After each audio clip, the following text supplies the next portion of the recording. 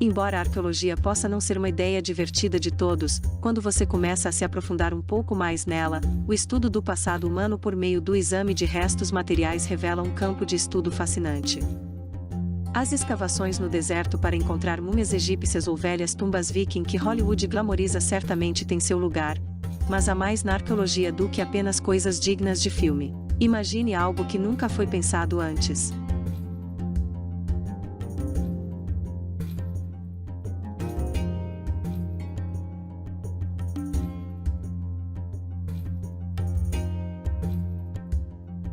Se alguém segura um livro nas mãos, pode imaginar um e-book, um livro com letras grandes, um livro de imagens, todos os tipos de livros. Mas como imaginar um livro em um mundo onde nem mesmo o conceito de livro existe? Imagine um dia sem tempo. As pessoas vivem no tempo e o tempo direciona o curso dos dias das pessoas. Acordamos em uma determinada hora, vamos para o trabalho ou escola em outra, comemos em horários regulares e vamos dormir com base nas rotações do relógio. Antes, porém, existia um tempo sem tempo. Como imaginar algo que não existe? Tanto o tempo quanto a escrita, e muitos outros aspectos de nossa vida diária, foram inventados pelos sumérios da antiga Mesopotâmia há mais de 5.000 anos. Antes dos sumérios, um dia começava com o nascer do sol e terminava com o pôr do sol. As pessoas começaram a trabalhar quando o sol estava posicionado a uma certa altura no céu da manhã e voltaram para suas casas quando o sol se pôs. Foram os sumérios que dividiram o dia e a noite pelo tempo, por incrementos de minutos de 60 segundos e horas de 60 minutos, o que perfazia 12 horas da noite e as 12 horas do dia. No livro bíblico de Gênesis, capítulo 1, afirma que Deus dividiu a noite do dia e viu que era bom. Se alguém aceita o papel de Deus na criação do dia e da noite, então os sumérios terminam o trabalho e, se não, não foi Deus quem dividiu noite e dia, foram os sumérios.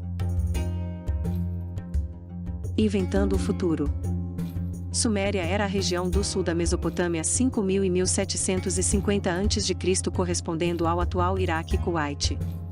A terra foi habitada antes de 4.500 a.C. por pessoas de origem desconhecida que os arqueólogos designaram como povo Ubaide, onde as escavações descobriram sua existência pela primeira vez. Os Ubaides são considerados os primeiros agentes da civilização na região por terem conhecimento tecnológico rudimentar, evidenciado por ferramentas e artefatos de argila que deixaram para trás. Eles não possuíam, entretanto, o mesmo tipo de habilidade e engenhosidade que os sumérios que vieram depois deles.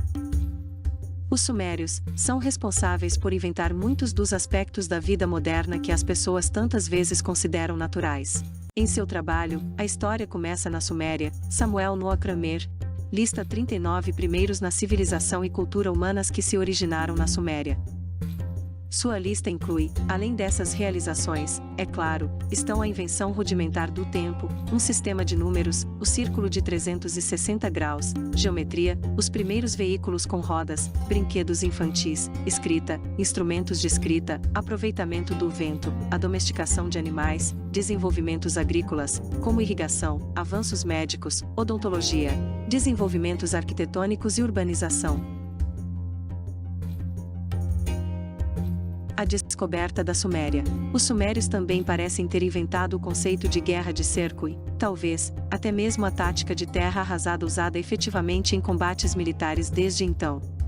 O que isso significa para o indivíduo no presente é que, todos os dias, ele está fazendo uso de algum aspecto da invenção suméria. O relógio que informa quando sair da cama, o carro ou ônibus que o transporta para o trabalho ou a escola, o jornal ou livro didático que lê e o conceito de fim do dia de trabalho ou escola originaram-se dos sumérios. Kramer observa que a descoberta da Suméria foi, mais ou menos, um acidente. Os arqueólogos e estudiosos a que Kramer se refere foram atraídos para a Mesopotâmia em busca de correlações bíblicas. A Bíblia tornou cidades como Babilônia e Nínive infames, e assim os babilônios e assírios eram bem conhecidos pelos estudiosos do século XIX. Eles começaram suas escavações na Mesopotâmia na tentativa de confirmar a história.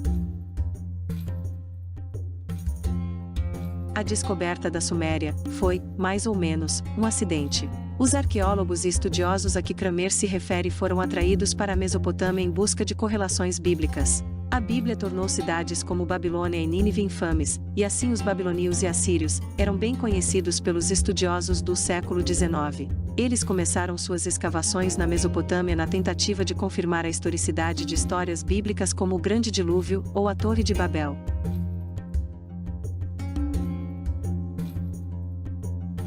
A única referência à Suméria na Bíblia é a terra de Sinar, Gênesis capítulo 10 versículo 10 e em outros lugares, que as pessoas interpretaram como provavelmente significando a terra ao redor da Babilônia, até que o assiriologista Jules Oppert, de 1825 a 1905, identificou referência bíblica com a região do sul da Mesopotâmia conhecida como Suméria e, ainda, afirmava que a escrita cuneiforme era de origem suméria. Este foi um feito espantoso comparável a alguém hoje afirmando que a Atlântida de Platão é as Bermudas modernas e sendo capaz de prová-lo, e, mais ainda, por não haver nenhuma Bermuda comparável.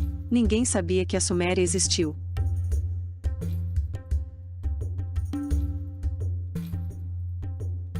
Oppert não foi de forma alguma o primeiro explorador europeu interessado na Mesopotâmia ou na escrita cuneiforme. Jean Chardin, 1643 a 1713, explorou a região e escreveu sobre suas descobertas em seu livro Viagens na Pérsia, publicado em 1686. Chardin foi o primeiro europeu a afirmar que as estranhas marcas encontradas nas tábuas de argila e na ornamentação arquitetônica não eram mera decoração, mas, na verdade, um avançado sistema de escrita. Literatura suméria e a Bíblia. Antes da descoberta e decifração da escrita cuneiforme, os seres humanos entendiam as origens de certos aspectos da vida de uma maneira bastante diferente. Acredita-se que a escrita tenha se originado na Fenícia, a cronologia na China, as escolas na Grécia e a primeira canção de amor do livro bíblico.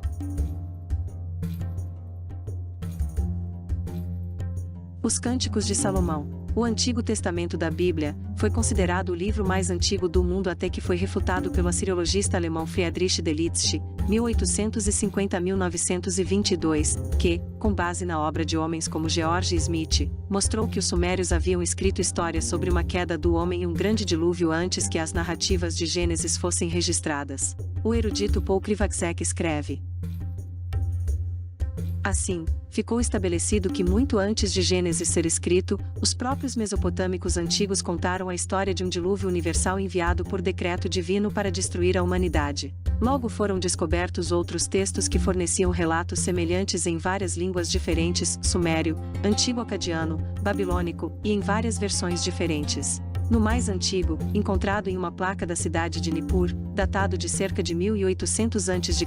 e escrito em sumério, o papel de Noé é desempenhado por um rei de Shuruppak chamado Zutsura, que significa ele viu a vida.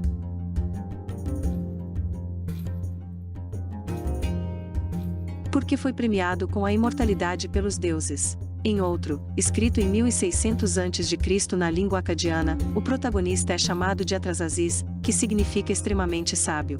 Conclui-se que os sumérios, portanto, também podem ser creditados com a forma mais antiga de um dos mitos mais poderosos da civilização ocidental, o Grande Dilúvio.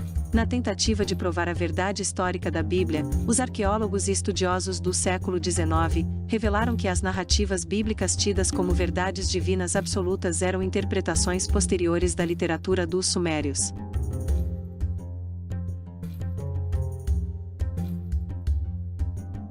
Conforme observado, no entanto, não é apenas no campo dos estudos religiosos que a descoberta da Suméria mudou a maneira como as pessoas entendem o mundo no presente. Em suas muitas invenções e inovações, os sumérios lançam as bases para tantos avanços na vida cotidiana dos seres humanos que, hoje, é impossível imaginar a vida sem essas coisas. De alguma forma, o povo da Suméria foi capaz de imaginar coisas que nunca existiram na Terra antes, ao expressar sua imaginação, inventou o futuro.